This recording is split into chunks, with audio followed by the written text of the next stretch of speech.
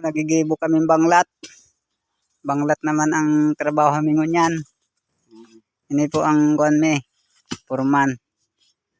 Si Brother Ansel. Dahil magkuhan kayo nandiyan. Yun. Abutig. Ate, abutig yan. Ano, way paiig de. Apo, nakakuha na ka live. Yo. Nag-iutikan mo ako ay. Nga nan. Ka-live talaga nga Anong masabi mo? Wala akong masasabi.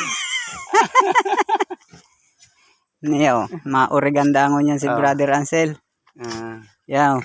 Live? Kulungan king ureg. Yan.